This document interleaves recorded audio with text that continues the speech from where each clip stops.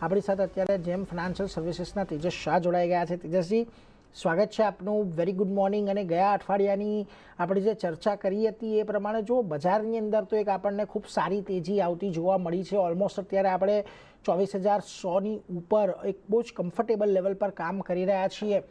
કઈ રીતે તમે અહીંયાથી હવે બજારની તેજીને જોઈ રહ્યા છો?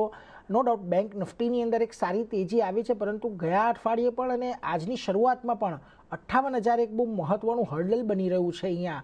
એના માટે શું ધ્યાન રાખવું હવે?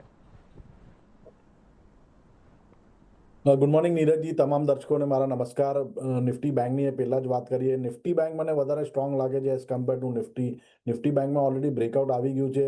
નિફ્ટી બેંક 200 દિવસની મૂવિંગ એવરેજની ઉપર બી કમ્ફર્ટેબલી સસ્ટેન કરી રહ્યું છે. ઓવરઓલ સ્ટ્રક્ચર બેંક નિફ્ટીનું રોક સોલિડ છે. મને લાગે છે બાય ઓન ડિપ્સની રણનીતિ રાખો.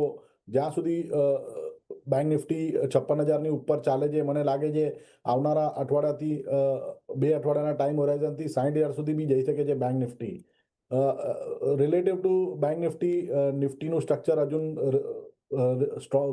વીક છે as compare to bank Nifty. Overall structure positive છે, but relatively it is weaker than bank Nifty.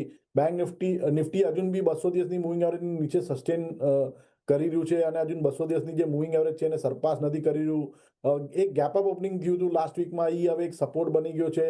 તો 23,800નો એક મેજર સપોર્ટ છે. જ્યાં સુધી આ બ્રેક નથી કરતો, ઓવરઓલ સ્ટ્રક્ચર જે છે નિફ્ટીમાં બી પોઝિટિવ છે. 24,000નો ઇમિડિયેટ સપોર્ટ છે. 23,800 ને 24,000 આ જ્યાં સુધી બંને લેવલ ઇન્ટેક્ટ છે, મને લાગે છે આવનારા દિવસોમાં નિફ્ટી બી એક ઉપરમાં 24,500થી લઈને 24,600 સુધીના લેવલ ટેસ્ટ કરી શકે છે.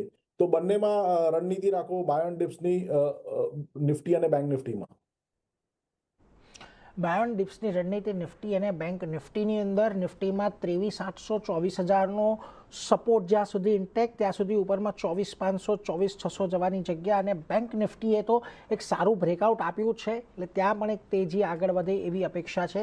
ધ્યાન રાખતા રહીશું. ત્યાં પણ આજના દિવસે આપણને એક પોઝિટિવ કામકાજ તો થતું જોવા મળી જ રહ્યું છે. પરંતુ આજના દિવસે